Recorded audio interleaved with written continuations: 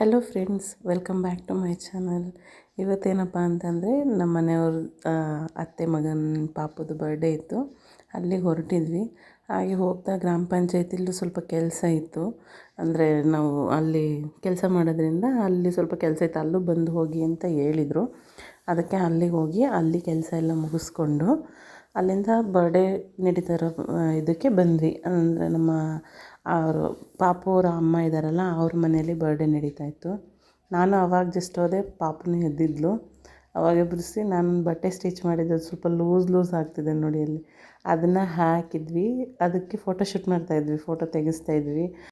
ಅವಳು ಅವಾಗಿನ ಎದ್ದಿರೋದ್ರಿಂದ ಸ್ವಲ್ಪ ರಗಳೆ ಮಾಡ್ತಾಯಿದ್ಲು, ಮತ್ತು ಫೋಟೋಸ್ಗಿನ ಅಷ್ಟೊಂದು ಬೇಗ ಇದು ಮಾಡ್ತಿರಲಿಲ್ಲ. ಆಮೇಲೆ ತುಂಬ ಚೆನ್ನಾಗಿ ಪೋಸಸ್ ಕೊಡೋಕ್ಕೆ ಸ್ಟಾರ್ಟ್ ಮಾಡಿದ್ಲು.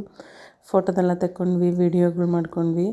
ಅದಾದಮೇಲೆ ಅಲ್ಲೆಲ್ಲ ಮಕ್ಕಳಿದ್ರಲ್ಲ, ಮಕ್ಕಳೆಲ್ಲ ಆಟ ಆಡಿಸ್ತಿದ್ರಲ್ಲ, ಮಕ್ಳ ಜೊತೆ ಆಟಾಡ್ತಾಯಿದ್ಲು. ಆಮೇಲೆ ಎಲ್ಲರೂ ರಿಲೇಟಿವ್ಸ್ ಎಲ್ಲ ಬಂದರು. ರಿಲೇಟಿವ್ಸ್ ಎಲ್ಲ ಬಂದಾದಮೇಲೆ ಟಿ ವಿನಲ್ಲಿ ಅವಳದು ವೀಡಿಯೋಸ್ ಎಲ್ಲ ಬರ್ತಾಯಿತ್ತು. ಸಾಂಗ್ಸ್ ಹಾಕ್ತಾಯಿದ್ರು ನಮ್ಮ ಅತ್ತಿಗೆ ಮತ್ತು ನಮ್ಮ ಅಣ್ಣ ಎಲ್ಲ ಸಾಂಗ್ಸ್ ಹಾಕ್ತಾಯಿದ್ರು. ಆ ಸಾಂಗ್ಸ್ ಹಾಕಿ ಆದಮೇಲೆ ಸ್ಟಾರ್ಟ್ ಮಾಡಿದ್ರು. ಅವಳ ಹೆಸ್ರಲ್ಲಿ ಕೇಕ್ ಮಾಡಿಸಿದ್ರು. ಅವಳ ಹೆಸ್ರು ಬಂದು ವಿನ್ಯಾ ಅಂತ. ಅಷ್ಟೊತ್ತಿಗೆ ಬರ್ಡೇನೆಲ್ಲ ಸ್ಟಾರ್ಟ್ ಮಾಡಿದ್ರು, ಕೇಕ್ ಕಟ್ಟಿಂಗ್ ಸ್ಟಾರ್ಟ್ ಆಯಿತು.